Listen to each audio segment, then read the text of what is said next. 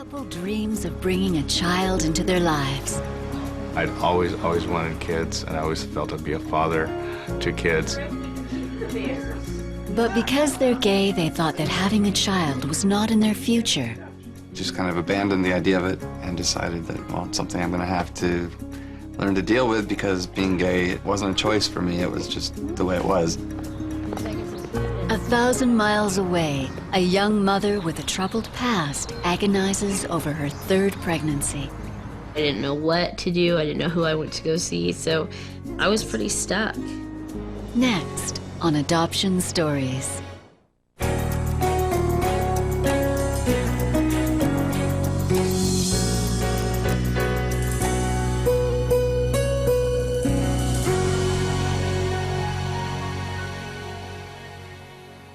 I never thought I would find someone as crazy as I am.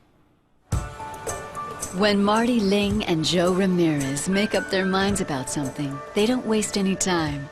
A year ago, this San Francisco couple moved to Vancouver and decided to start a family. Things come up, and I'm like, okay, we can do it, let's do it. Why waste time, talking about it? Life is short, and you just gotta go for it. When I met Joe and found out that he was also as keen about having children, it was exciting for me, because I thought, well, this may happen someday. 7 years ago, Joe was a college student and Marty a computer network engineer. Every week, Marty would commute from his home in Vancouver to San Francisco for work. It was during one of these business trips that the couple met. Coming off the subway, when I was going upstairs, going back to my apartment, and I noticed somebody was following me. I saw him, and I was thinking, oh, he's cute. He was going up the escalator, so I needed to kind of run up the stairs in order to catch up and get a little closer. If I had been quick enough, I could have pulled out my pepper spray. But, so he didn't look like he was a threat. Yeah, well. After a polite conversation, they continued on their separate ways. The next day, chance brought them together once again. I had gone to the gym, and as I came out, Luke was walking up the street, but Marty and his friend Paul. I could feel Marty bristling beside me. And I think they were going to walk right by each other. Well, they did walk right by each other, so I said, what are you doing? And Marty said, mm. And Paul said, well, why don't you say something? Why don't you call him over? And I said, no, let's just keep going. I motioned to Joe. I said, come here. And he did. He turned around and he came back. So he forced me to give Joe my phone number. We just hit it off so well. He made me laugh. I mean, like belly laughs, and I had not laughed so hard. I just kind of knew that was actually it. No one had really got to me like that before, so I knew. Marty and Joe discovered that they were more compatible than they ever imagined. I never thought I would find someone as crazy as I am. I'm not crazy, I'm spontaneous. He's impatient, actually. I'm spontaneous. As their relationship grew, the couple talked about having a family. For Marty, it was a question that had weighed heavily on his mind for most of his life. Coming from a big family, I'd always grown up with kids, and I wanted to have kids of my own. And I just kind of abandoned the idea of it and decided that, well, it's something I'm going to have to learn to deal with, because being gay wasn't a choice for me, it was just the way it was. I wasn't the kind of person who knew I was gay from childhood or anything like that. It kind of actually hit me like a ton of bricks when I was in my early 20s. My biggest grief, more so than the news that I was gay, is the fact that I would never have kids. Then something happened that changed their minds forever. Marty and Joe met another gay couple who had recently adopted a child. Suddenly, their dream didn't seem so out of reach. He said, you want to have kids? And I said, sure. And he said, well, I do too. And I said, well, okay. Well, again, I don't want to just sit there and say, okay. I mean, I'm not getting any younger. So it's like, my clock was ticking. This is really good. Marty booked an appointment with Kathy Lobston of Child and Family Services of Greater Vancouver, who regularly facilitates adoptions for same-sex couples. When Joe and Marty came into the office, they had some concerns as to what their chances would be in having a placement, becoming parents. Our agency has worked with same-sex couples in the past, and we continue to work with same-sex couples. There are certain agencies who will respond proactively to same-sex couples where others won't. So she really told us the truth, and that, to me, was comforting. I wasn't going to be blindsided. How long would it take to complete the home study? It generally takes 3 to 4 months to have a home study completed. You could have a birth parent decide that they want to make an adoption plan shortly after you've had your home study completed. You might be waiting 2 years, you might be waiting 3 years, you might be waiting even longer, and sometimes a birth parent may never decide that they want to make an adoption plan with you. Despite the unfavorable odds of finding a birth mother who would be willing to adopt her newborn into a same-sex family, Marty and Joe remained positive. What they didn't know was that fatherhood was a lot closer than they ever imagined. You could tell that they would be wonderful parents from the first time we met.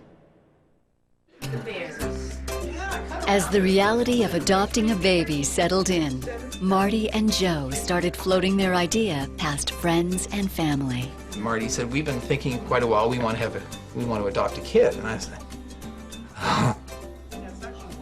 I told my mom and dad that we were going to adopt. The first thing she said was, a dog? And I said, no, a baby. She's like, a baby dog. And I said, no. And she was like, oh my God. They weren't sure if we could do it. They really don't know what to think. Meanwhile, Marty was on a mission. Because of the sheer numbers of children born in the United States, he thought it would provide their best chance of adopting a newborn baby. So they contacted Heather Stone, an adoption lawyer in San Francisco, who would liaise with Kathy in Vancouver. Joe and Marty came to me because the sense they got from the agency they worked with up in Canada was that it would be difficult for them as a gay couple to adopt the child that they wanted, and that it could be many years, and that there would be more opportunity for them here. Hello? They were so brave through this whole process, and they rose to every challenge. You could tell that they would be dream clients and wonderful parents from the first time we met. Not far away in Sacramento, a young woman was struggling in her 3rd trimester of pregnancy. 23-year-old Emily Cruz was about to make a decision that would change the course of her unborn baby's life. For the past 10 years, Emily had been stuck in a pattern of self-destruction that began when she was 12 years old. I was really out of control, you know. I was vandalizing property, and I was involved with a lot of older, people, that were involved in gangs. I mean, there's nothing that anybody could say to me. Emily was caught up in a world of drugs and crime. Her mother, Teresa, felt she was powerless to stop her daughter's downward spiral. It was almost like an overnight change. One day was my nice, wonderful, beautiful, loving, funny, compliant child. The next day, Beelzebub came to live at the house. So she was gone. Then at age 13, Emily became pregnant. I thought it would make my life better. I thought I would be independent of my mom and my, and of authority. No matter how much they think they are, they're not capable of really, truly understanding the ramifications of what being pregnant and having a baby means at any age, much less at 13. After the baby was born, even though Emily had stopped using drugs, the birth father was awarded custody of the child. Then at age 20, she had a second baby, but lost custody of that child as well.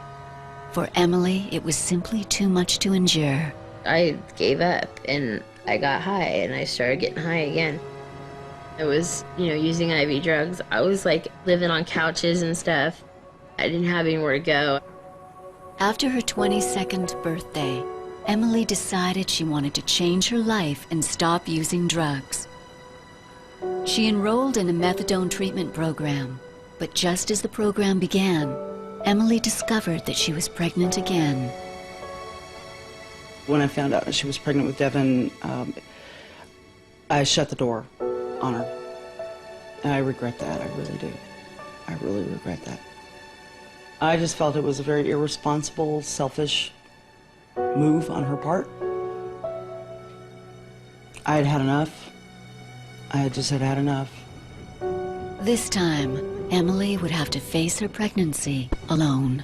I just ran in this room and I just was so depressed and just so like, you know, my world was just over. That's how I felt, you know, and I was so ashamed to call my family at all. They didn't want really much to do with me at that point either because I had messed up. I didn't even know where to go, you know, to put a baby up for adoption. I didn't know who I went to go see. I was pretty stuck.